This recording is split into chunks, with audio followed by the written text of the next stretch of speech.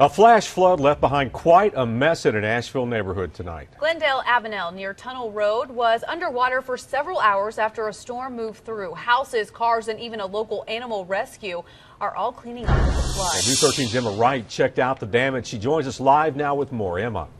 Well, people who live on Glendale Avenue say they're used to some flooding after a hard rain, but they say what happened during today's storm is the worst they have ever seen.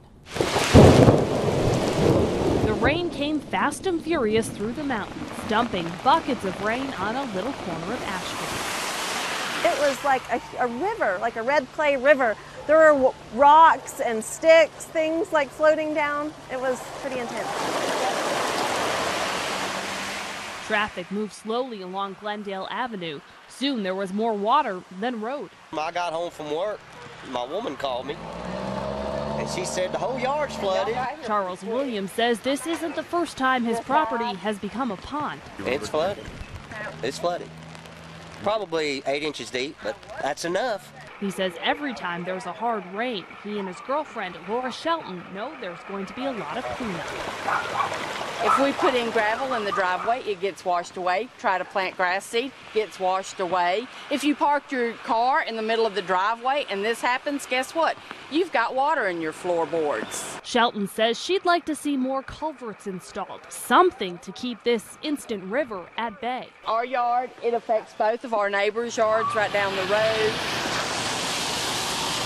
One of those neighbors is Brother Wolf Animal Rescue. It started coming in from the corners, flooding our lobby, our meet and greet area.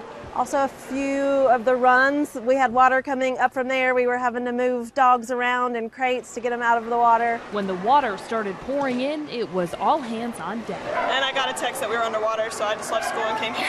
We had staff and volunteers bailing water, squeegeeing, rounding up towels. Joelle Warren, Director of Operations, says the shelter just put a down payment on the building. Now they've got to raise money for upkeep. But we do need to do some waterproofing, I can see. She says Brother Wolf can't afford to build an ark the next time it rains. And some good news to report tonight. Brother Wolf says during all of that flash flood cleanup today, they adopted out a puppy. Reporting live in Asheville, I'm Emma Wright, News 13.